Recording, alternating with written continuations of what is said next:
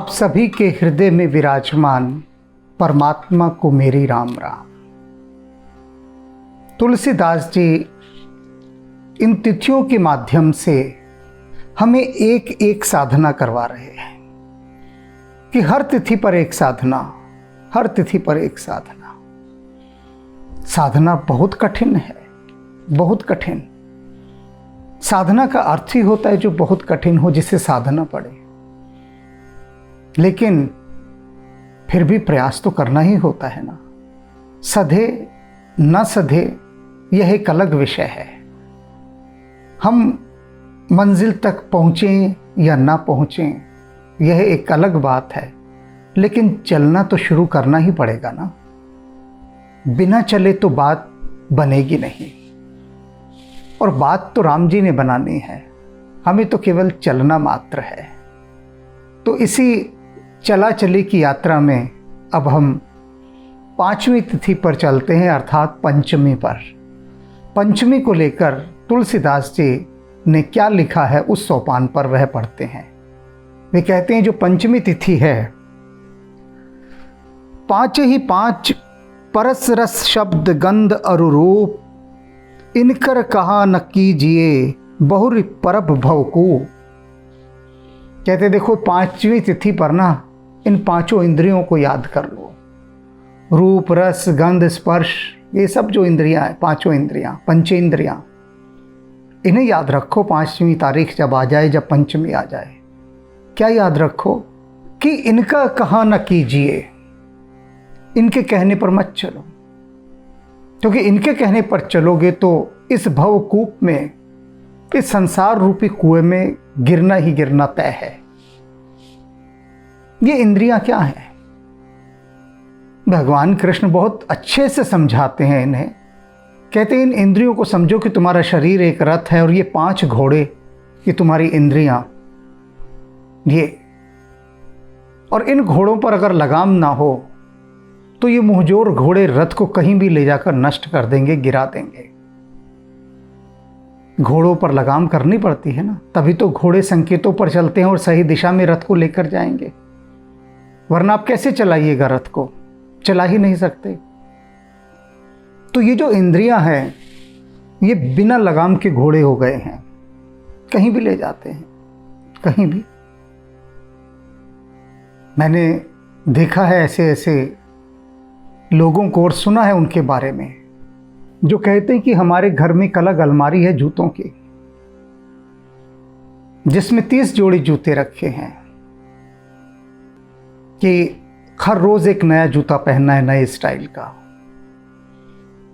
Suit बहुत प्रकार के हैं,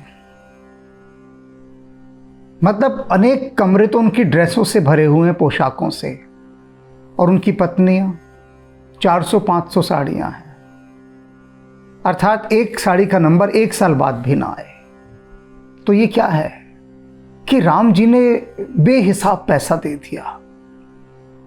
अब बेहिसाब पैसे के देते ही अहंकार का प्रदर्शन शुरू हो गया। तो ये जो 5 इंद्रियां दौड़ाती हैं, रूप रस स्पर्श गंध, ये सारी चीजें, कि जहां गए वहीं खरीदारी की, वहीं साड़ी ले आए। कि कोई भी घर में या किसी के भी यहाँ कोई समारोह है तो नई साड़ी खरीद कर लानी है, पहन कर जाना है, नए कपड़े पहनने हैं, नया जूता, नई चीज़ें, नया मोबाइल आया है वो खरीदना है। पहले वाला ठीक चल रहा है, बहुत अच्छा काम दे रहा है, लेकिन नहीं, उससे बढ़िया वाला खरीदना है जिससे समाज में प्रतिष्ठा हो। तो हुआ क्या, ये 5 इंद्रियां जब दौड़ाती हैं, मैंने देखा इनके पीछे दौड़ते हुए लोगों को, बेहिसाब पैसा उड़ाया, बेहिसाब बेहिसाब। और फिर एक दिन क्या आया, दौर तो बदलता है। ऐसे ऐसे लोग जो ऐसे ऐसे पदों पर थे कि जिनकी महीने का वेतन 5-5 लाख है, तो वो एकदम नौकरियों से साफ कर दिए गए, क्योंकि संकट का दौर आया, आर्थिक मंदी का दौर आया, कंपनियों ने हटा दिया। अब जो 5 लाख की नौकरी महीना कर रहा था, उसके खर्चे 6 लाख रुपए महीने के थे। क्रेडिट कार्ड की जय हो, 6 लाख रुपए महीने की। अब वो पिछले वाले कर्जे उतारने हैं उसे, और अब जो नई नौकरी मिल रही है वो उसको 50-60 हज़ार की मिल रही है। तब जो 5 लाख की नौकरी से उतर कर आया हो, महीने की तनख्वाह, कैसे वो 50,000 की कर लेगा? वो मरना पसंद करेगा लेकिन 50,000 की नौकरी नहीं करेगा। और वही लोगों ने किया, मरना चुना। जिस समय वो 5 लाख रुपए महीने की तनख्वाह पर थे, अच्छे पद पर थे, तब उनसे यह नहीं हुआ कि 50,000 रुपये महीने में गुजारा करें और 4.5 लाख रुपए महीना बचा लें। शान गिरती थी कि बचाने में, तो बचत करने में, ब्रांडेड कपड़े पहनने हैं, 5 स्टार होटल्स में खुद भी जाना है और दोस्तों के साथ पार्टियां भी करनी है। लाखों रुपए उड़ाए। कितना स्टाइल लगता है। आप सोचो ना, आपने एक पार्टी दी है और बिल आया 3 लाख रुपए और आप क्रेडिट कार्ड देते हैं, ये लो, उसको ऐसे खींचो, 3 लाख रुपए निकालो। क्या शान, क्या वाहवाही होती है। सोच सकते हैं आप कभी? आप किसी को घर में बुला के भोजन कराएं, उसमें क्या शान है?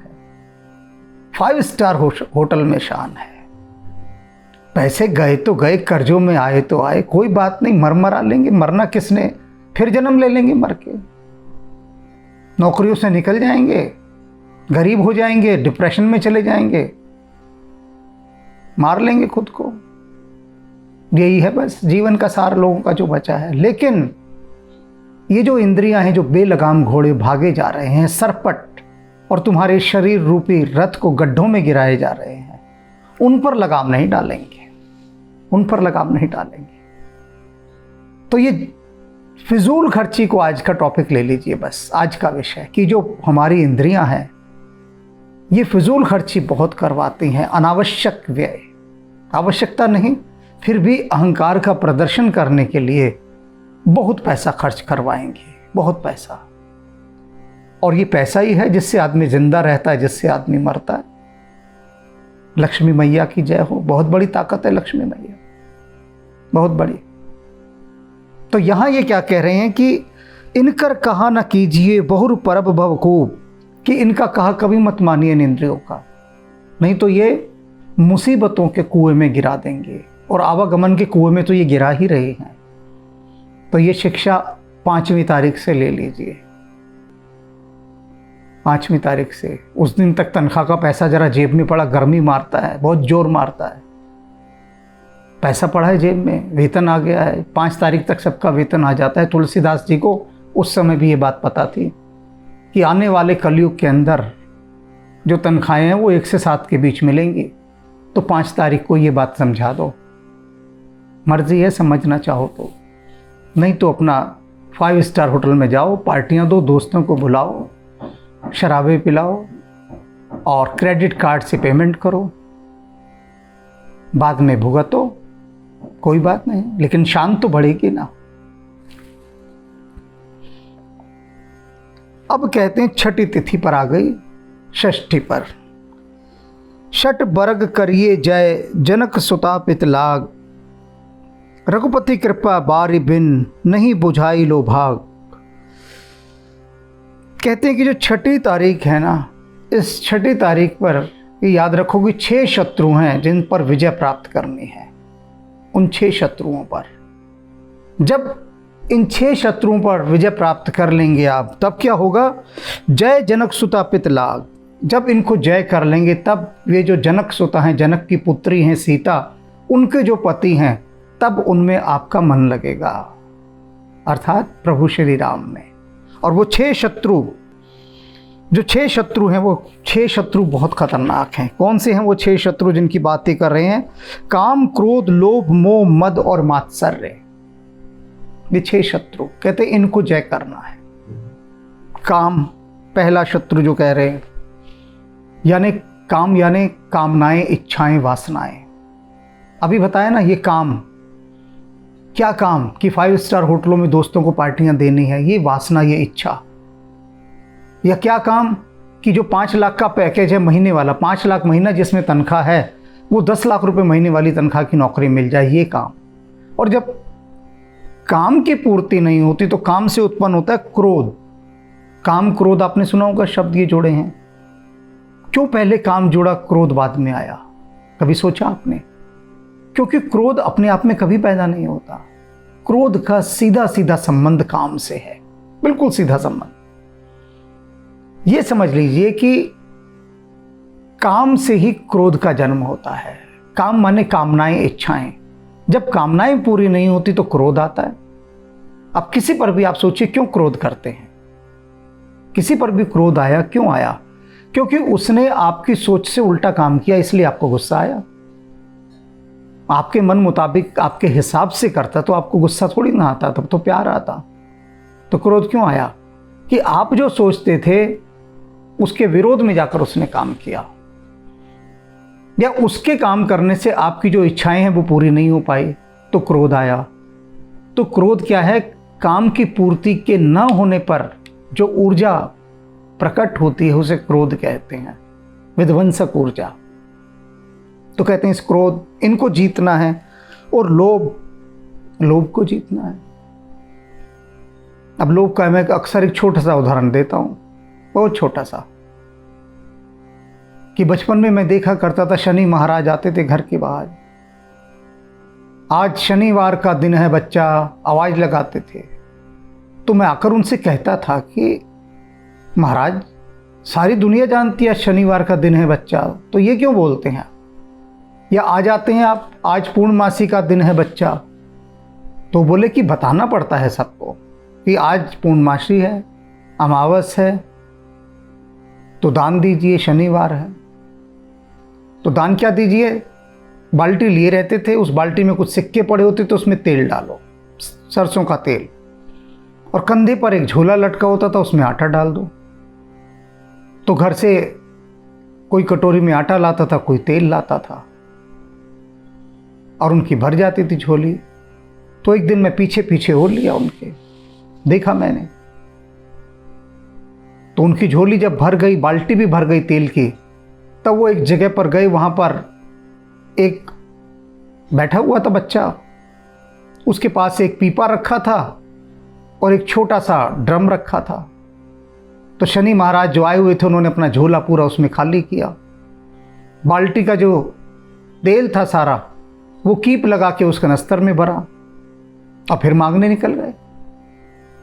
तो मैंने उनसे पूछा, मैंने कहा ये आपने इसमें डाल दिया सारा का सारा तेल, तो ये तो आपके लिए बहुत है महीने भर के लिए, फिर और मांगने क्यों जा रहे हैं?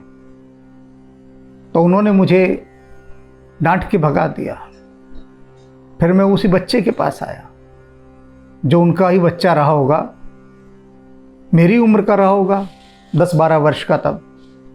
मैंने उससे पूछा इस तेल का क्या करते? तो बोला पिताजी पकोड़े वाले को बेच देते हैं। और आटा? बोले आटा कुछ घर में लगता है, बाकी बेच देते हैं। तो इसे लोभ कहते हैं कि मांगने तो वो निकला, इतना मांगना भर तो ठीक था कि आज घर का भोजन हो जाए, तेल में खाना बन जाए, बहुत था इतना। एक कटोरी तेल बहुत था और एक सेर आटा बहुत था, लेकिन वो लोभ, इसे लोभ कहते हैं कि आवश्यकता से अधिक संग्रह करना, यह लोभ कहलाता है। तो कहते हैं इस लोभ को भी छोड़ना है। मोह, अब मोह को भी समझें। मोह क्या है? एक मित्र बोले कि आप हमारे पिताजी को आकर समझाइए। मैंने कहा हुआ क्या भाई? बोले हमारा घर बहुत पुराना हो चुका है और अब उस घर को उधेड़कर नया घर बनाना है, उसी पर पिताजी तैयार नहीं होते। कहते ये हमारे पूर्वजों का घर है, इसे मैं तोड़ने ही नहीं दूंगा, मेरे रहते तो ये नहीं टूटेगा, मेरे बाद जो मर्जी कर लेना, मेरे रहते नहीं टूटेगा। तो मैंने उनके पिता से बात की और मैंने कहा बात सुनिए, आपने कहा मेरे रहते नहीं टूटेगा, मेरे बाद चाहे टूटे, तो आप समझ लीजिए आज ही कि आप मर चुके हैं।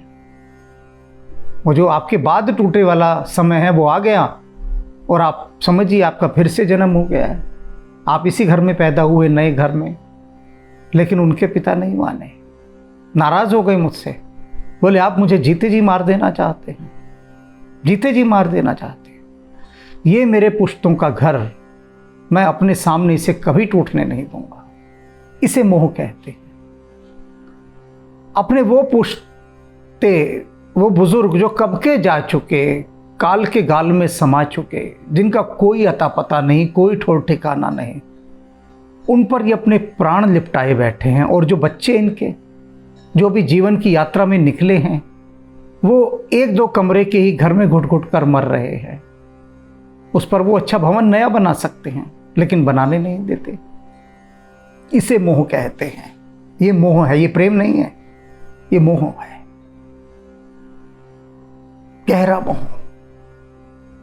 नहीं माने मेरे समझाने से भी, क्योंकि जो मोहग्रस्त होता है, राम की कृपा से ही समझ जाए तो समझ जाए। मोहग्रस्त को समझाना टेढ़ी खीर है। समझना तो दूर, मुझसे और रुष्ट हो गए कि आप भी मेरे बेटे के साथ मिले हुए हैं। आप मुझे मारना चाहते हैं कि मैं मर जाऊं और तब ये घर बने। तो इस मोह से भी मुक्ति पाइए। मद, नशा, छोटी से छोटी उपलब्धि मिल जाए, छोटे से छोटी। कोई एक पद आप चाहते थे कि नौकरी आपको मिल जाए, वो मिल गई।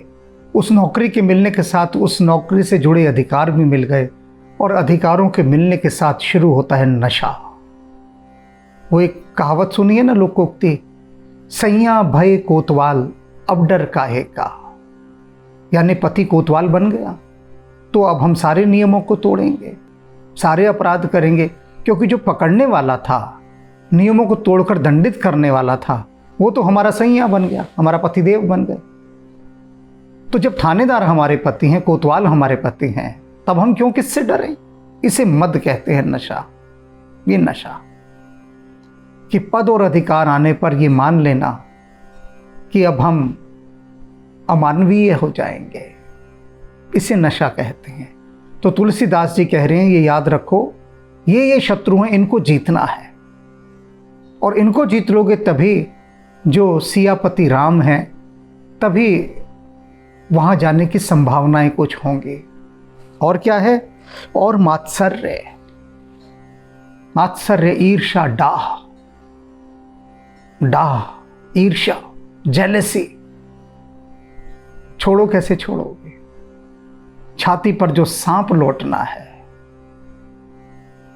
वो सरल नहीं है छूटना। पल पल छातियों पर सांप लौटते हैं दूसरे की प्रगति देखकर। तो ये सांप लौटने जिस दिन बंद हो जाएंगे, जिस दिन इन सांपों के दांत तोड़ दोगे, इनके जहर निकाल दोगे, तब बात बनेगी। तो तुलसीदास जी ने ये छह चीजें बता दी कि 6 तारीख पर जो याद रखनी है। अब कहते हैं कि ये जो 6 के 6 शत्रु हैं, ये समझ लीजिए कि आग की 6 लपटें हैं, भयानक लपटें। तो इस आग को बुझाओगे कैसे? अभी इन 6 की जो मैंने छोटी छोटी सी व्याख्या की, उनको सुनकर ही निश्चित रूप से आप सोच रहे होंगे कि भैया ये तो भयंकर आग है, कैसे बुझे ये आग? कैसे बुझे? बुझ नहीं सकती। तुलसीदास जी कह रहे हैं, क्यों नहीं बुझ सकते? ऐसी कौन सी आग है जो नहीं बुझ सकती? बस उस आग को बुझाने का साधन होना चाहिए आपके पास। आग तो भाग भाग कर बुझेगी। तो इसकी बुझने की विधि बता रहे हैं तुलसीदास जी। रघुपति कृपा वारि बिन नहीं बुझाइत लोभाग, कि ये जो लोभ इत्यादि की अग्नियां हैं, इन 6 शत्रुओं की जो अग्नियां जल रही हैं, वो जब तक राम नाम रूपी जल तुम्हें प्राप्त नहीं होगा, राम नाम रूपी कृपा का जल जब तक प्राप्त नहीं होगा, तब तक इन 6 शत्रुओं पर विजय नहीं पा सकते। केवल वही विजय पा सकता है जिसके पास राम कृपा रूपी जल उपलब्ध हो गया हो। उस जल की वर्षा से ये अग्नि ऐसी शांत होती है, ऐसी शांत होती है कि इतनी भीग जाती कि फिर दोबारा जलने की संभावनाएं ही समाप्त हो जाती हैं। तो 6 तारीख पर ये याद रख लीजिए। अब 7वीं तारीख पर पहुंचते हैं। 7 सप्त धातु निर्मित तन करिए विचार, तहि तन केर न एक फल कीजे पर उपकार। अब भाई 7वीं तिथि पर क्या कह रहे हैं कि 7 सप्त धातु निर्मित तन, कहते हैं जो शरीर है ना तेरा, ये सप्त धातुओं से बना है।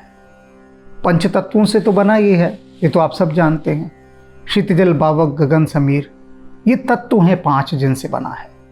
लेकिन इनके साथ एक समावेश और होता है, और वो है सप्त धातुओं का। ये सातों धातुएं जब तक नहीं मिलेगी शरीर नहीं बनता। ये एक पूरा कॉम्बिनेशन है, कॉम्बो पैक। जब ये कॉम्बो पैक हो जाता है ना, तब इंसान एक शरीर में पैक होता है, उससे पहले नहीं होता। तो तब उसको एक पूरा ह्यूमन पैकेज मिलता है तब। तो कहते हैं वो 7 धातुएं जब तक रहेंगी। अब ये 7 धातुएं कौन सी हैं? रक्त, रस, मांस, मज्जा, भेद, अस्थि, शुक्र, ये सारी धातुएं। इन धातुओं से मिलकर फिर एक शरीर बनता है। अब कैसा ये शरीर? कहते हैं इस पर कर विचार। कह रहे हैं कीजिए, ये जो 7 शरीर है तेरा, इस पर विचार करना है। ताते सप्त धातु निर्मित तन करिए विचार। ये जो 7 प्रकार की धातुओं से निर्मित शरीर तुझे मिला है भाई, इस पर विचार कर। क्या विचार करें? कहते हैं ये पहला तो विचार कर कि ये सबसे अपवित्र है। ये जो शरीर है अपवित्र है, क्षणभंगुर है, और ये तुझे जो शरीर मिला है ये दंड स्वरूप मिला है। ये 3 चीजों पर विचार करो। तुलसीदास जी कह रहे हैं अगर तुम्हारे पास शरीर है तो क्यों है? ये दंड स्वरूप है, पिछले कर्मों का दंड है, जिसके कारण आवागमन के चक्करों में फंसकर ये शरीर मिला। बड़ा अपवित्र है ही क्या? सारी अपवित्रताएं भरी हैं इसके अंदर, तन की भी और मन की भी, और क्षणभंगुर है। लेकिन इसके बाद भी ये दुर्लभ है। क्या कॉम्बिनेशन बनाया है परमात्मा ने, देखा ना? क्या मेल बनाया है, क्या संयोग बनाया है। अपवित्र है, दंड स्वरूप है, क्षणभंगुर है, लेकिन फिर भी दुर्लभ है, रेयर है। ऐसा रेयर कि देवता भी तरसते हैं। क्यों? क्योंकि यही वह मूल बिंदु है जहां से परमात्मा तक छलांग लगाई जा सकती है। यही वो जंपिंग बोर्ड है, इसलिए दुर्लभ है, रेयर है। अब ये जो रेयर है, जो दुर्लभ है, इसका जमकर इंसान दुरुपयोग कर रहा है, जमकर जितना कर सकता है। तो क्या कहते तुलसीदास जी? 7 सप्त धातु निर्मित तन करिए विचार, तहि तन केर एक फल कीजिए पर उपकार। कहते हैं अब ये जो शरीर तुझे मिला है इसका एक ही फल है, एक ही इसका उद्देश्य है, एक ही सार है। क्या? कीजिए पर उपकार, दूसरों का भला करो। कैसे भला करें भाई? अपना जो वेतन आया, जो महीना भर कमाया, क्या वो बांट दे लोगों को? बताओ कैसे भला करें? ऐसे भला करें क्या? भंडारे करें क्या? लोग अनेक अनेक प्रकार से पूछते हैं कि कैसे हम परोपकार करें। किसी गरीब लड़की की शादी करें, किसी ऐसे को जिसके पास आर्थिक बिल्कुल भी सहायता ना हो, उसको पढ़ने में मदद करें, किसी की फीस दे दें, किसी को कपड़ा लत्ता दे दें। कैसे परोपकार करें? तो ऐसे सोचेंगे कि कैसे परोपकार करें, तब तो अनंत अनंत काम है। ऐसे सोच सोचकर ही पागल हो जाएंगे और परोपकार कुछ कर नहीं पाएंगे। तो तुलसीदास जी ने कहा कि ये जो तुम्हारा शरीर है, जो सप्त धातुओं से बना है, इसका एक ही फल है, एक ही उद्देश्य कि परोपकार करो। तो परोपकार करने की मैं एक परिभाषा बता देता हूँ, उसमें सब आ जाएगा। फिर सोचना नहीं पड़ेगा कौन सा काम करें कौन सा ना करें। परोपकार करने का अर्थ है कि किसी का बुरा ना करो, बस इतना ही काफ़ी है। क्योंकि परोपकार कोई किसी के लिए कर ही नहीं सकता, लेकिन इतना तो कर सकता है किसी का बुरा ना करे। लोग मुझसे पूछते हैं कि आप अक्सर देशभक्ति की बात करते हैं कि देश को साफ रखो, सुंदर रखो, स्वच्छ रखो, तो हम क्या झाड़ू लेकर निकल जाएं सड़कों पर? हैं? बताइए। तो मैं कहता हूं नहीं, झाड़ू लेकर मत निकलो, और निकल भी जाओ तो कोई बुरा नहीं है, लेकिन नहीं, झाड़ू लेकर मत निकलो। तुम्हारा ये काम नहीं है झाड़ू लेकर निकलना। तुम देश को साफ मत रखो, कोई बात नहीं, उस क्षेत्र पे तुम बिल्कुल काम मत करो, लेकिन इतना तो कर सकते हो कि देश को गंदा ना करो। मत उठाओ सड़क पे पड़ा हुआ केले का छिलका। इतना तो कर सकते हो कि खुद केले का छिलका सड़क पर ना फेंको। मत करो जो लोगों ने सड़कों के किनारे थूका हुआ है, जगह जगह पान और तंबाकू की थूकें पड़ी हैं, मत साफ करो। लेकिन इतना तो कर सकते हो कि खुद ना थूको। इतना तो कर सकते हो, क्या इतना भी नहीं कर सकते? तो यही परोपकार की बात।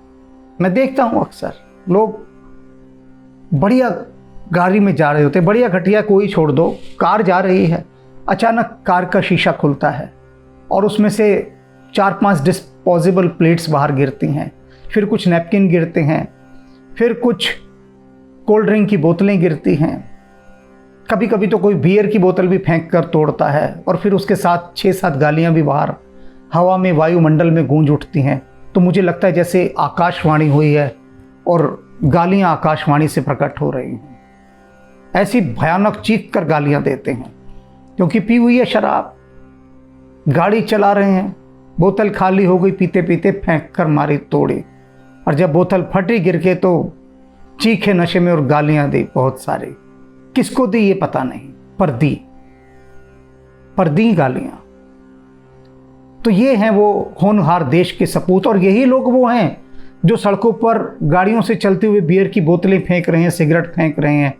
यही वो लोग हैं जो 26 जनवरी और 15 अगस्त आने पर छातियां पीट पीट कर अपनी छतों पर पतंगे उड़ाते हुए डेक पे देशभक्ति के गाने बजाते। यही वे लोग हैं, दूसरे नहीं हैं। तो तुलसीदास जी कह रहे हैं कि इस शरीर का एक ही काम करो कि परोपकार में इस्तेमाल करो, और यही परोपकार है कि किसी का बुरा मत करो। इतना ही परोपकार कर दो बस, यही बहुत है, यही बहुत है। अधिक करने की आवश्यकता नहीं। तुम्हें कोई जरूरत नहीं किसी के लिए भंडारे करने की, किसी की शादियां करवाने की, किसी की फीस देने की, कोई जरूरत नहीं। राम जी अपने आप दिलवा देंगे जिससे दिलवानी होगी। बस इतना परोपकार करो इस देश पर कि इस देश के लिए बुरा मत सोचो। यही परोपकार बहुत अच्छा, इससे बड़ा परोपकार वो कोई नहीं है। तो आज इतना ही। अब धीरे धीरे एक एक तारीख करके हम 15 तारीख तक चलेंगे, क्योंकि हमारे हिंदू के पंचांग में 15 तारीख ही होती है, 30 तारीख कभी नहीं आती। 15 तारीख फिर 1 तारीख हो जाती है शुरू। और ये इतना अधिक सटीक गणना का हमारा पंचांग है, यानी एक्यूरेसी इसकी इतनी करेक्ट है कि जो संसार के किसी भी पंचांग की नहीं है, किसी भी। क्योंकि सबसे प्राचीन हमारा है पंचांग, सबसे प्राचीन। इस विषय पर फिर कभी और बात होगी, पर आज इतना समझ लीजिए कि जो साधना के एक एक तिथि के तुलसीदास जी बताते जा रहे हैं चरण, ये जो स्टेप्स हैं, इन स्टेप्स को याद रखना है। शेष फिर राम राम।